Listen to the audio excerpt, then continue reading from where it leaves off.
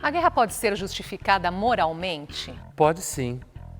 Pergunte para um inglês que estivesse vivendo na Inglaterra em 1940, levando bomba dos alemães. A guerra é uma consequência natural da humanidade? Natural é difícil, mas sempre existiu guerra. Relações internacionais estão ameaçadas pela guerra? Alguns acham que a guerra é parte delas, mas eu entendo que a guerra ameaça as relações internacionais, sim.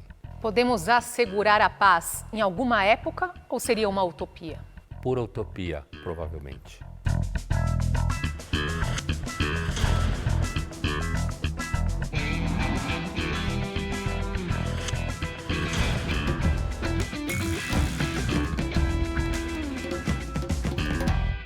Olá, estamos começando mais um Linhas Cruzadas. Vamos imaginar um mundo onde a paz prevaleça e guerras e suas consequências deixam de fazer parte da nossa realidade.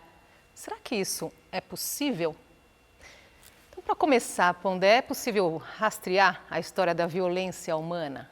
Olha, tem gente que faz, né? Mas, na verdade, a não ser que sejam esses trabalhos que tendem a ser um tanto generalistas demais em história, normalmente você tem, por exemplo, história da violência na primeira metade do século XX, né?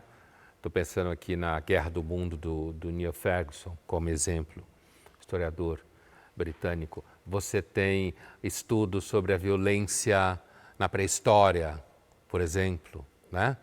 Você tem estudos sobre a violência na Guerra do Vietnã. Ou seja,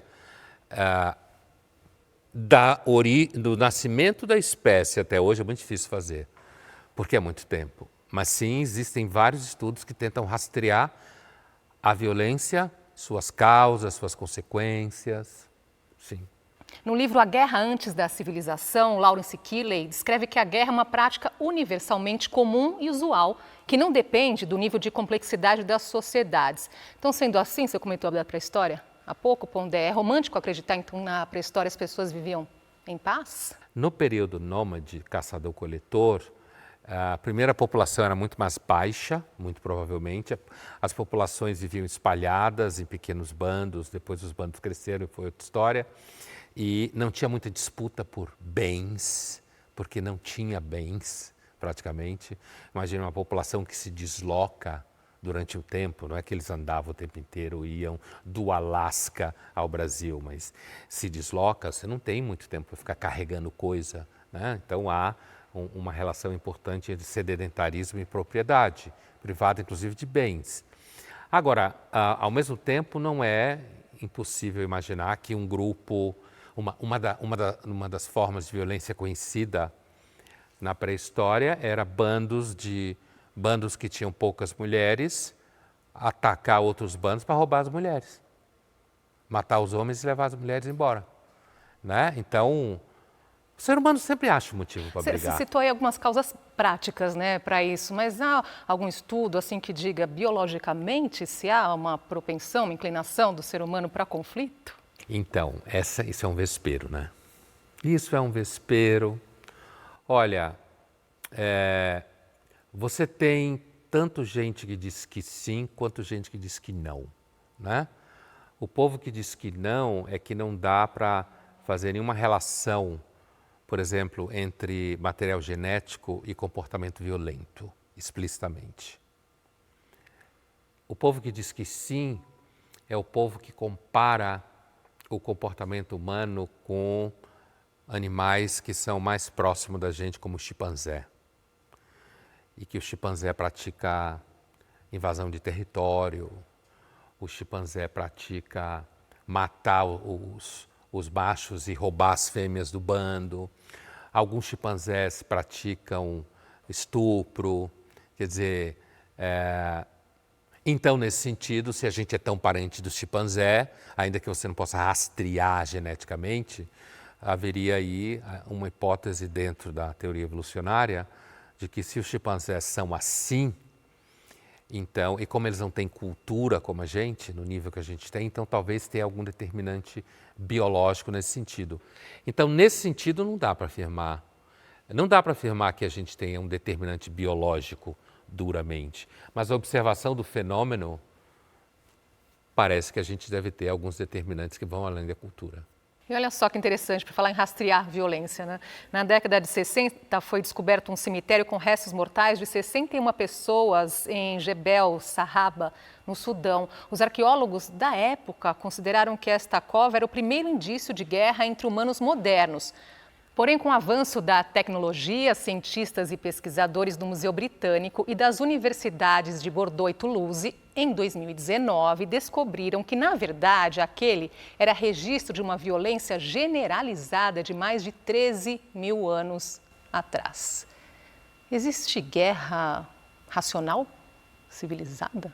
Olha, essa é uma pergunta. É claro, se você olhar do ponto de vista da violência espalhada pela guerra, todo tipo de violência, você olha e diz assim, isso não parece racional, né? Por que os seres humanos não podem se entender? Normalmente as pessoas acham que podem se entender até o primeiro inventário. Aí quando passa por um inventário já começam a perceber que às vezes não se entendem tão bem assim. Imagine quando são questões grandes.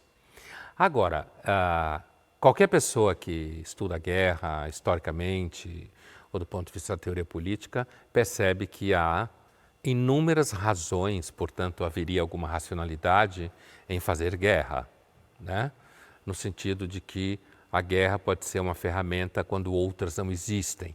É claro que existe também a variável de pessoas que são violentas, governantes que são violentos, que têm projetos de domínio, blá, blá, blá. Mas excluindo esse tipo de situação, que é bastante comum também, alguém pode decidir para a guerra para recuperar um território, para conseguir sobreviver a algum tipo de ameaça. E aí a racionalidade. Aliás, o fato de haver distintas formas de racionalidade em decidir fazer guerra é uma das causas de existir guerra. O filme A Guerra do Fogo, de 1981, retrata a evolução da espécie humana e o fogo é apresentado como símbolo de poder e segurança, se tornando elemento disputado entre tribos distintas. Vamos ver um trecho.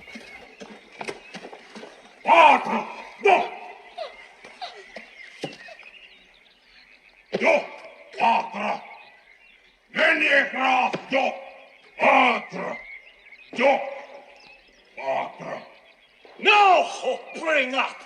No! No! No! Arthur! No! No! Menica! No! No! No!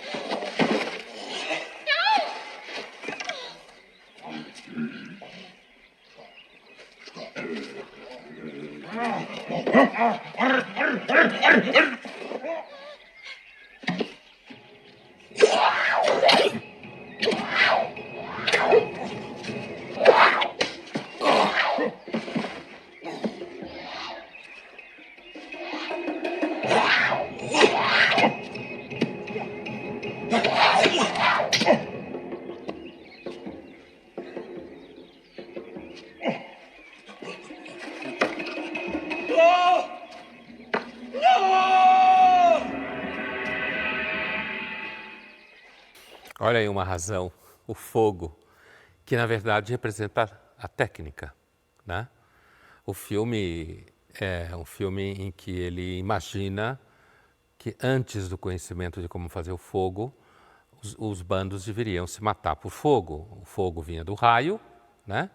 Mas essa história específica, aquela personagem que é uma menina, uma mulher mais baixinha, pequenininha, ela vem de outra tribo. Dá para perceber só pela cena que ela é diferente dos outros, né? E os malvados que acabam morrendo, porque os bonzinhos da história sabem usar flechas, matam os malvados. Tem alguns que são ainda canibais, né? Ele, inclusive, salva ela de uma situação que ia ser comida por uma tribo canibal. A tribo dela é a tribo mais avançada do pedaço. Ela sabe fazer fogo. Essa é a questão. Quer dizer, enquanto eles estão se matando para ter o fogo, ela vai ensinar a essa tribo dos bonzinhos, mas que não sabe fazer fogo, como se faz fogo. Porque a tribo dela já fazia fogo. Então, o fato de fazer fogo é fundamental, porque torna você livre. Seria um motivo a menos de se matar. Pondé, a guerra é uma manifestação do egoísmo coletivo ou pode ser vista como uma tentativa de resolver crises? As duas coisas. Você pode ter um grupo que é mais forte que o outro e egoísta e quer explorar o outro e, como já aconteceu várias vezes, inclusive fazer escravo, né? Comércio de escravo e tudo. Ou pode ser uma tentativa de resolver crises mesmo, em que você se vê, por exemplo, no caso da Segunda Guerra, a França e a Inglaterra, que estavam bem, digamos assim, empobrecidas, em crise, sem exército e tudo mais, e a Alemanha desrespeitando todos os acordos de Versailles, fazendo armamento, invadindo o território, invadiu parte da República Tchecoslovaca da época, invadiu a Áustria, depois invadiu a Polônia e a Inglaterra declarou guerra. Então, a Inglaterra foi à guerra para resolver uma crise. Porque aqueles todos que pregavam a paz, que era muito comum na época, aliás, os pacifistas atrapalharam muito a Inglaterra e a França na Segunda Guerra Mundial, porque eles ficavam pregando desarmamento. Então, eles queriam que os governos tirassem as armas dos exércitos inglês e francês. Isso fez com que, quando Hitler avançou, não se tinha arma suficiente. Daqui a pouco continuamos nossa conversa sobre guerras e o que está por trás delas. A gente volta já.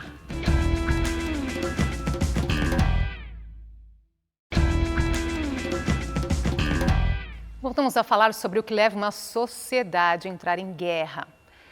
Pondé, falamos aqui no bloco anterior sobre os motivos, que podem levar a uma guerra, mas às vezes também é tentar justificar o injustificável. Num sentido, se eu fosse falar no sentido do a priori ético kantiano, que significa, filósofo Kant, final do 18, iluminista alemão, e entender que só é moral aquilo que todos podem fazer, chama-se imperativo categórico, então, haja de forma tal que aquilo que você faz pode ser erguido em norma universal de comportamento.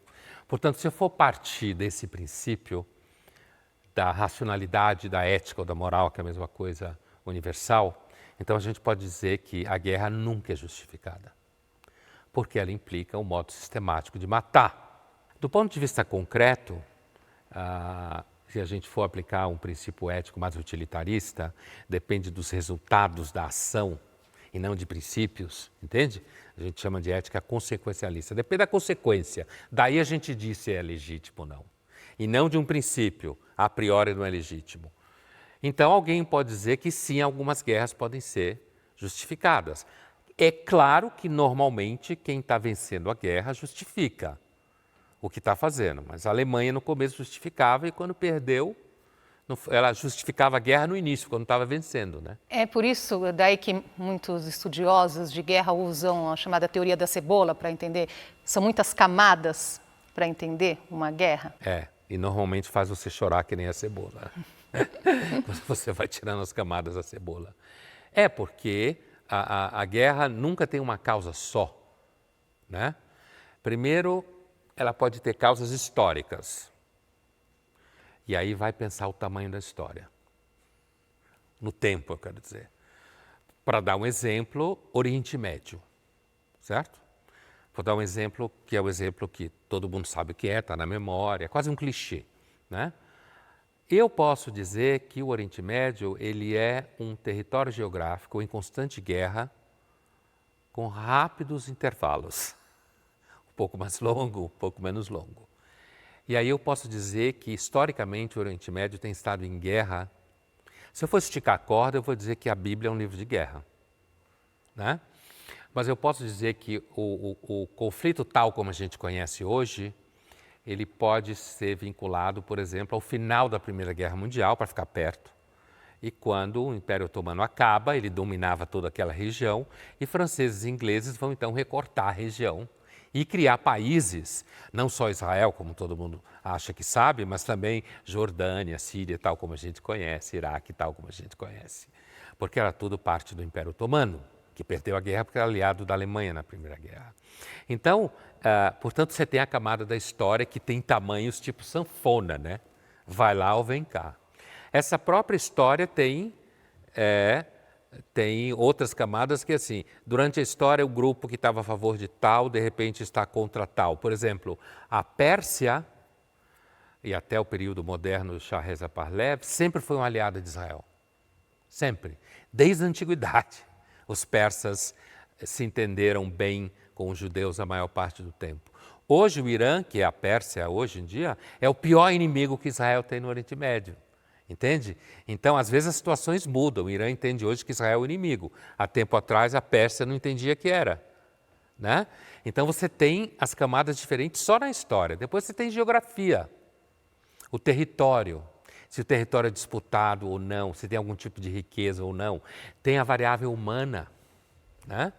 Você pode ter líderes mais violentos, uma cultura como Esparta, que era uma cultura guerreira, né? Voltada para a guerra. Você pode ter motivos religiosos. Um monte. São vários, né? A gente está vendo guerra. aí. Né? Inclusive no Oriente Médio também, no exemplo que eu estava dando. Vamos ouvir o que tem a dizer a fotógrafa e pianista Yara Osman e o jornalista Lourival Santana, que presenciaram de perto a dura realidade da guerra.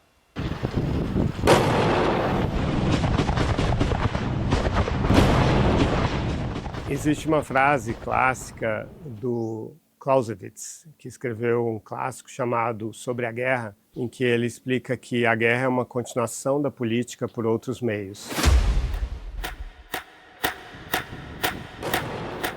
Caos. É uma situação caótica, assim. Passa um tempo e aquilo vira o normal, né? É o seu dia a dia, ver alguma coisa ou outra.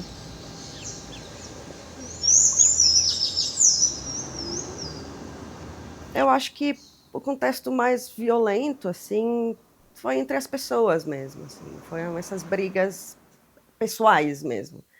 Que aí, né, que veio a guerra e meio que separou as pessoas em dois campos, e aí meio, ou você faz parte dessa, ou faz parte dessa. Isso impacta, né, a vida de dia a dia muito mais. A falta de luz, essas coisas, né? Você passar muito tempo sem luz, você passar muito tempo sem água. Essa coisa cotidiana, eu acho que com qual as pessoas ainda sofrem, mesmo com... Dizem que acabou a guerra na Síria, não acabou, a gente sabe que não acabou, só que não está mais na mídia. Essas coisas cotidianas de você poder fazer seu dia a dia são as mais difíceis, eu acho, porque tem uma visão meio que se cair a bomba aqui eu vou morrer, tá bom, morri, mas enquanto estou vivo, né, preciso das necessidades básicas, que é bem difícil conseguir muitas vezes. Assim. Eu fiz 15 coberturas de guerra no Oriente Médio, principalmente, no Iraque, Afeganistão, Líbano, Líbia, Síria, na África, no Mali, na Europa, na Geórgia. Cobri o início do conflito da Ucrânia também, em 2014. As guerras têm uma coisa em comum, é que a gente se sente frágil, se sente vulnerável e se sente pequeno, principalmente diante de bombardeios aéreos.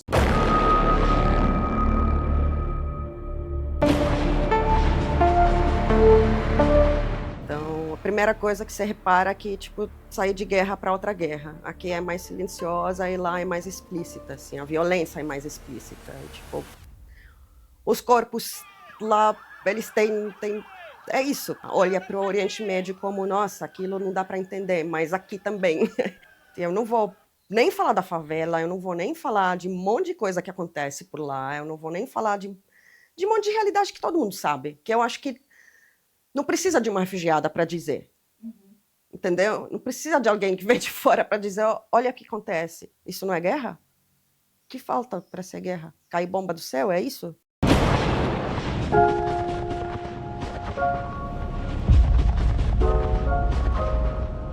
Todas as guerras que eu cobri foram causadas por homens inseguros, com feridas narcísicas, homens egoístas que queriam impor o desejo deles à força. E, consequentemente, gerando reação numa população ou num outro país que se defendia dessa opressão. Sempre a causa é muito clara. Para o jornalista, sim, sempre é muito clara. Mas é importante ouvir da população que está ali o que ela acha, qual causa ela atribui, quem ela responsabiliza. E muitas vezes são múltiplos atores, sim, uma cadeia de ações e reações que leva ao conflito armado.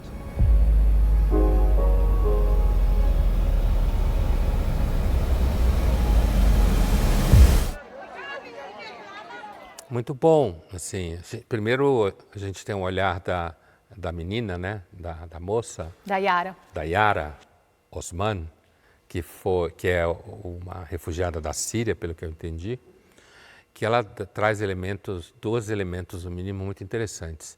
O primeiro é quando ela fala que a guerra é um caos, e é um caos do ponto de vista das necessidades básicas. Então, sei lá, falta açúcar, falta luz, como ela mesma disse, você fica sem luz, porque, aliás, é uma das formas que os inimigos atacam o seu inimigo, né? O grupo A ataca o grupo B, é destruindo infraestrutura para dificultar a vida do dia a dia da população, porque isso derruba a moral, muitas vezes, da população. O Lorival, que cobriu um número gigantesco, né, de guerras, ele fala de que as guerras são sempre causadas por homens inseguros, né? Eu acho que essa afirmação é uma afirmação... Narcisistas, né? Narcisistas inseguros. Eu acho que essa é uma afirmação que pode ter... ela pode não ficar tão clara no sentido histórico, né? Primeiro, a gente não sabe as guerras do Império Romano se elas eram causadas por homens narcisistas inseguros. É muito vago fazer uma afirmação como essa, né? É claro que isso é fácil se a gente falar do Hitler, por exemplo. Fica fácil. Mas mesmo na Primeira Guerra Mundial não fica claro quem era o homem narcisista inseguro que causou a Primeira Guerra Mundial. Além de você, de fato, você pode ter líderes que causam isso porque são narcisistas inseguros. No caso do Hitler, se o final da Primeira Guerra tivesse sido diferente, por exemplo, se a Alemanha tivesse ganho a Primeira Guerra, provavelmente Hitler não existiria. Porque ele é muito fruto da humilhação que a Alemanha passou. Então, esse homem seguro e narcisista não teria florescido, entende? Então, eu acho que a afirmação é uma afirmação forte e, do ponto de vista histórico, a gente não consegue mantê-la de pé, apesar que ela tem, sim, seu fundamento em alguns casos, sem dúvida nenhuma tem. Agora, pensando no contexto geral, né? A guerra é uma consequência do fracasso da humanidade? Essa é uma afirmação forte, né? Assim... A humanidade, se eu entender fracasso da humanidade no sentido de que ela fracassou, portanto ela desaparece, ainda não, né? Mas se eu pensar fracasso da humanidade no sentido do fracasso da humanidade conseguir outras formas de resolver problemas que não através da violência explícita, são fracassos pontuais ao longo da história, sim, né? Mas a humanidade faz muito mais coisas além do que guerra. A humanidade faz a paz também, né? Das mais variadas formas. A humanidade encontrou formas de lidar com conflitos dentro da sociedade que você não precisa dar tiros. Você contrata advogados, gastam uma super grana, mas são formas de solução dentro do arcabouço jurídico da sociedade, né? Então, de certa forma, tem algumas guerras históricas que você olha e tem a impressão que a humanidade fracassou. Mas à medida em que, por exemplo, a guerra consegue derrotar o inimigo, aí de repente você pode ter a impressão de que não fracassou, porque conseguiu derrotar o inimigo. Uma coisa, Teresa, que existe hoje, se a gente pegar também exemplos de guerras mais recentes, tipo Rússia versus Ucrânia e Oriente Médio, uma coisa que tem hoje é que hoje é muito mais difícil se identificar, afinal de contas, qual é o bandido, qual é o mocinho. Quem tem razão. Certo? Quem tem razão. Isso mesmo. Então você tem um monte de justificativas para o grupo A e você tem um monte de justificativas para o grupo B. E às vezes essas justificativas vão além dos alinhamentos ideológicos. Às vezes elas estão seguindo alinhamentos ideológicos. Então fica difícil você ter absoluta certeza de que A está certo, de que B está certo. A Segunda Guerra Mundial, nem a primeira, hein? Nem a primeira. A Segunda Guerra Mundial é a única guerra onde claramente você tem um inimigo que todo mundo sabe que era o mal, certo? Os nazistas sempre e até hoje ainda não conseguiram justificar. Mas, por exemplo, se você tivesse um ataque terrorista hoje nos Estados Unidos, como aconteceu em 2001, talvez você encontrasse em algumas universidades americanas pessoas que defendessem o terrorista. Diferente de 2001. O mundo hoje é muito mais confuso como narrativa. São muitas. No próximo bloco, nós vamos entender a guerra na visão do militar prussiano Karl von Clausewitz. Até já.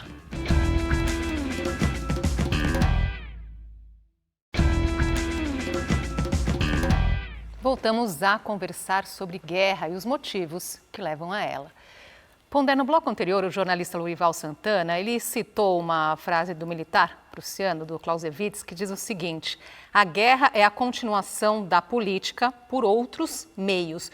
O que ele queria dizer com isso? Primeiro, ele queria explicar a racionalidade da guerra, colocando a guerra dentro do campo racional da política.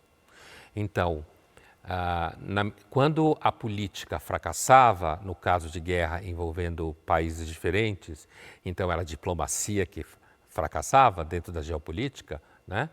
Então, nesse momento, quando você não conseguia resolver um problema, um conflito, através da diplomacia e da conversa, né? Então você partia para a guerra para resolver.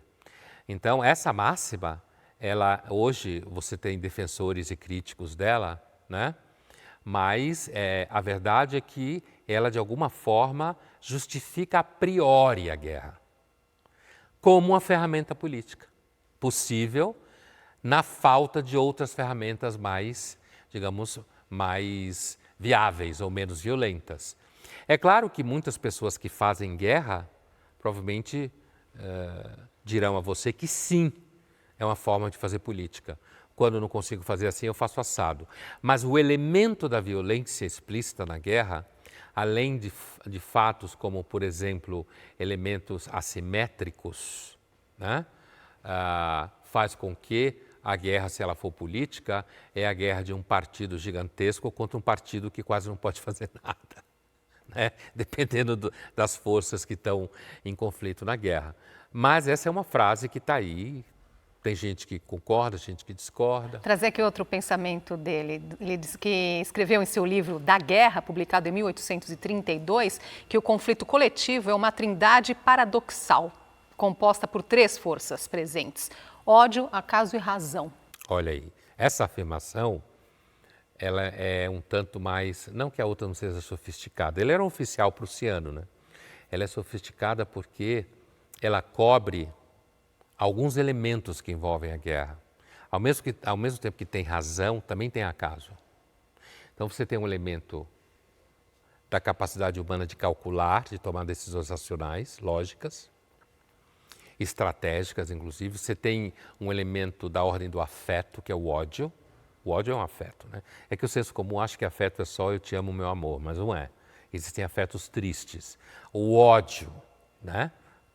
Ou seja, tem uma dimensão afetiva no jogo, uma dimensão não racional na guerra. Normalmente um ódio a um outro grupo, um ódio a outro país, e que é uma coisa que normalmente os líderes em guerra manipulam bastante para como diz, para estimular o exército e a população. E tem o elemento do acaso. O elemento do acaso, normalmente a variável acaso ou contingência é uma variável que enlouquece as pessoas. Qual que é mais perigoso? Dos 3 elementos? Olha, eu diria que é difícil dizer qual é o mais perigoso, mas eu talvez diria que a razão talvez seja o menos perigoso, né? Porque quando você está no nível racional, talvez você encontre formas de resolver o problema. O ódio a gente sabe como é, totalmente irracional, e o acaso a gente não tem nem diálogo com ele, não tem racionalidade Controle nenhuma nele, nenhum. e não tem controle nenhum. Então você diz assim, por exemplo, se talvez não tivessem se tomado determinadas situações na Primeira Guerra, no final da Primeira Guerra, não tivesse acontecido a Segunda. Mas ninguém sabia disso quando estava tomando aquelas decisões ali, ninguém sabia que existia Hitler. Então, né? Então o acaso é terrível. A ONU estima que sejam necessários mais de 46 bilhões de dólares para apoiar cerca de 180 milhões de pessoas afetadas por conflitos e outras crises que acontecem atualmente. Para entendermos melhor como a guerra afeta economicamente uma sociedade, vamos ver o que diz o especialista em segurança internacional, Salvador Raza.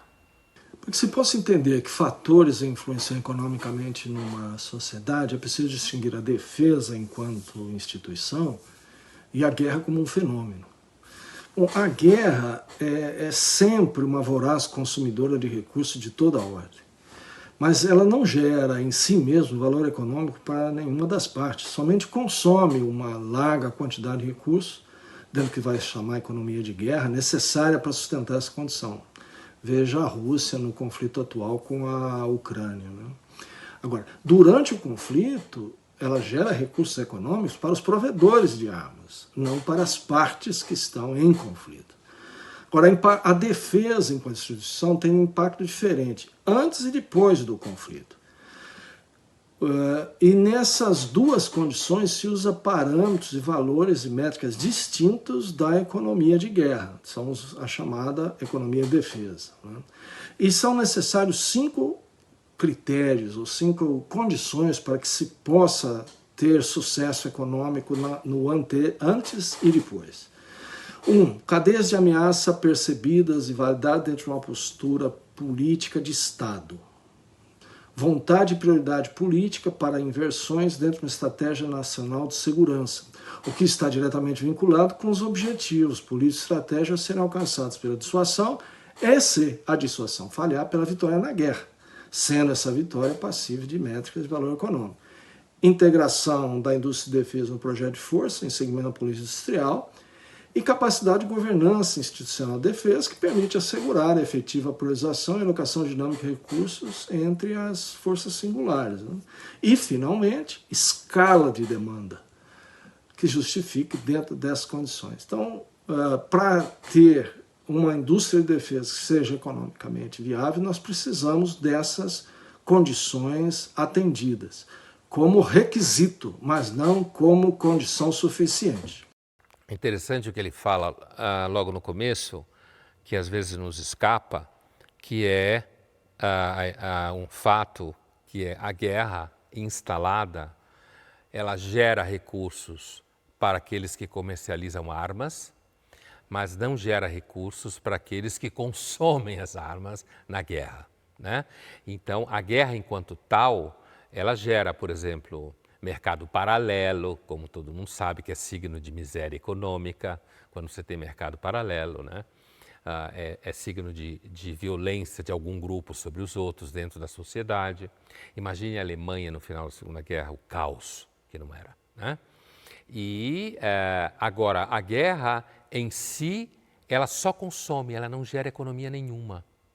Ela não torna as duas partes em violência, que estão em violência, mais rica com aquilo. Ela não gera dinheiro, não gera economia no sentido mais macro dos países envolvidos. Agora, o que ele está falando, depois que ele falou da defesa, é uma coisa interessante, porque recentemente, alguns dos líderes que estão em guerra agora, alguns, não foi um deles, eu não lembro se foi na guerra do Oriente Médio, na guerra da Ucrânia com a Rússia, que falou que atacar é mais barato do que se defender. E, portanto, o ataque é normalmente a melhor defesa, sai mais barato. Então, a defesa é sempre muito cara, inclusive a economia de defesa, né? Segundo a Carta das Nações Unidas, assinada em 1945, um país atacado tem o direito de resposta proporcional e o Conselho de Segurança é responsável por avaliar se essa autodefesa excede as regras de guerra. Quer dizer, regras há, né, numa guerra, regulamentadas aí pelo direito internacional. Agora, o quanto elas são respeitadas e elas defendem, de fato, os civis. Mas na prática, né, justamente como bem disse a Yara, logo no começo da fala dela, a guerra é o caos, né? A contingência reina, praticamente absoluta. Portanto, você tem regras, Convenção de Genebra, né? A famosa Convenção de Genebra, que significa que quando você, inclusive durante a Segunda Guerra Mundial, muitas vezes o exército alemão não respeitava a Convenção de Genebra. Pegava os prisioneiros inimigos dos aliados e matava eles para não ter custos, né? Agora, a questão da proporcionalidade, que é uma discussão bem infernal, esse tema da proporcionalidade, porque, por exemplo, uma das características da proporcionalidade de guerra muito interessante é a relação entre combatentes mortos e população civil, né? Quando você tem um número muito menor de combatentes mortos e população civil, então você tem uma situação dita desproporcional da guerra. Então, por exemplo, uma das características da guerra terrorista é que ela não tem proporcionalidade nenhuma, porque ela só ataca a população civil. Nunca combatente, certo? Então, quando você tem formas distintas de fazer guerra. A guerra oficial, sei lá, né? Todo mundo sabe, deserto, contestado, não sei o quê, você consegue identificar a proporcionalidade entre combatentes mortos e civis mortos. Normalmente, civis mortos é sempre maior, por isso que você tem que ter um limite nessa relação. Agora, quando o agressor é um grupo terrorista, ele é sempre desproporcional, porque ele não visa combatente, ele só visa a população civil. É sempre aquilo que aconteceu nos Estados Unidos, por exemplo, em 2001, da Al-Qaeda, jogar 2 aviões dentro de 2 prédios comerciais é uma atitude completamente desproporcional em termos de legislação de guerra. Pondé, é possível alcançar a justiça por meio da guerra? Olha, para as partes envolvidas, provavelmente sim. Provavelmente sim. Voltando ao exemplo da Segunda Guerra, que é didático, o Hitler e seus asseclas entendiam que era justo tomar determinadas regiões de outros países porque a população era etnicamente alemã. É claro, eu estou dando esse exemplo que é fácil criticar, levando-se em conta o que aconteceu. Mas, normalmente, as partes envolvidas entendem que elas vão à guerra ou como agressora ou como alguém que se defende de uma agressão e que a vitória dela será justa, entende? Será correta, porque o outro mereceu agressão, então eu agredi, mas eu estou com a justiça do meu lado, ou eu fui agredido, então eu devo derrotar o outro, portanto é justa. Então, a ideia de que as partes têm razão no sentido de justiça é um dos motores da guerra. Por isso que o mundo, desde a Liga das Nações, depois da Primeira Guerra Mundial, que era sediada na Suíça, se criou aquela Liga das Nações com a tentativa dela virar uma caixa de ressonância dos conflitos internacionais para que não só fosse a guerra. Fracassou totalmente, tanto que aconteceu a Segunda Guerra. A ONU visa a mesma coisa, mais ou menos a mesma coisa que a Liga das Nações. E a ONU vive sempre à beira do ataque de nervos. Mas afinal, é possível um mundo sem guerra? A gente volta já.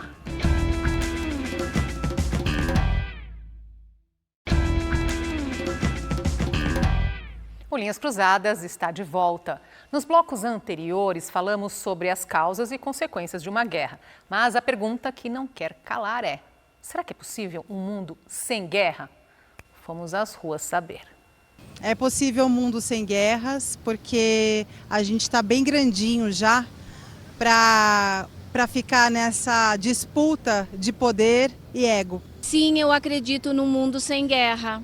porque a violência ela vem de nós, seres humanos, e a partir do momento que nós, seres humanos, nos tornarmos mais empáticos, acaba a guerra. O homem por si já, desde da antiguidade, já promoviam guerras, né, em busca de riquezas, dominar impérios.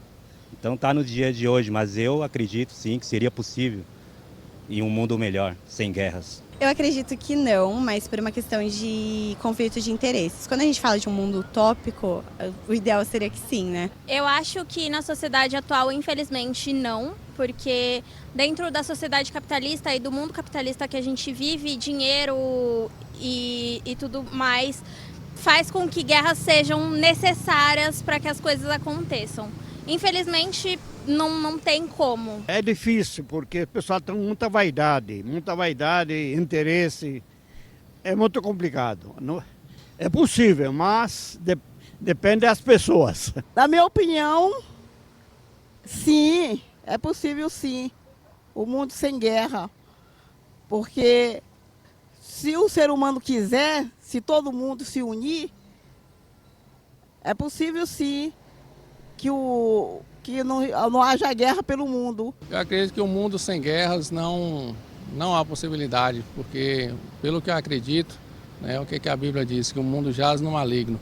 Então, quando a gente olha para o mundo em guerras e rumores de guerra, a tendência só é piorar. Olha, a gente viu vários exemplos de pessoas que justificam a possibilidade de um mundo sem guerra em hipóteses muito descoladas da realidade concreta, né? Assim, como é comum se dizer, vai numa reunião de condomínio para ver como as pessoas se entendem muito bem, né? A ideia de que, por exemplo, a gente consegue fazer um mundo sem guerra bastando ficar empático, né? Vai ver o quanto as pessoas são empáticas quando estão disputando um apartamentozinho em algum lugar, né?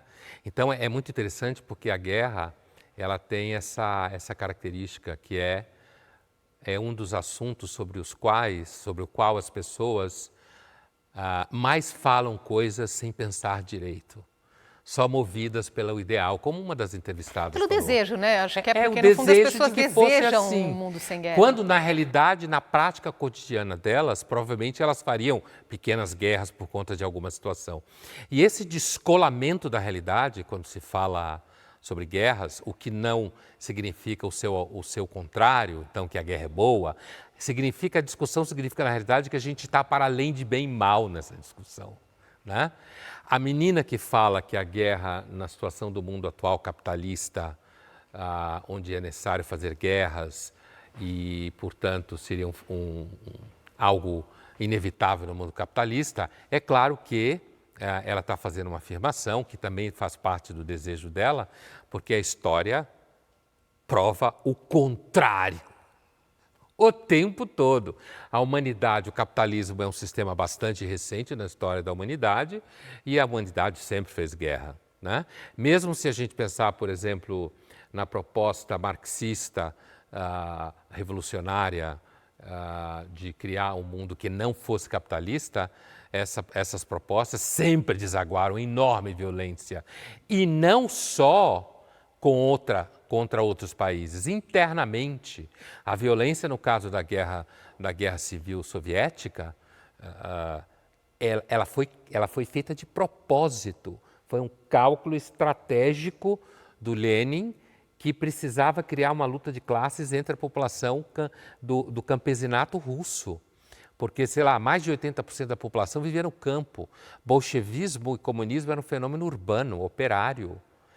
E a população do campo precisava entrar na história. Então, o que fez o Lenin? Ele criou um ódio entre os camponeses, dos camponeses pobres, a imensa maioria, contra camponeses que tinham enriquecido, inclusive depois da libertação dos servos, para roubar esses aqui.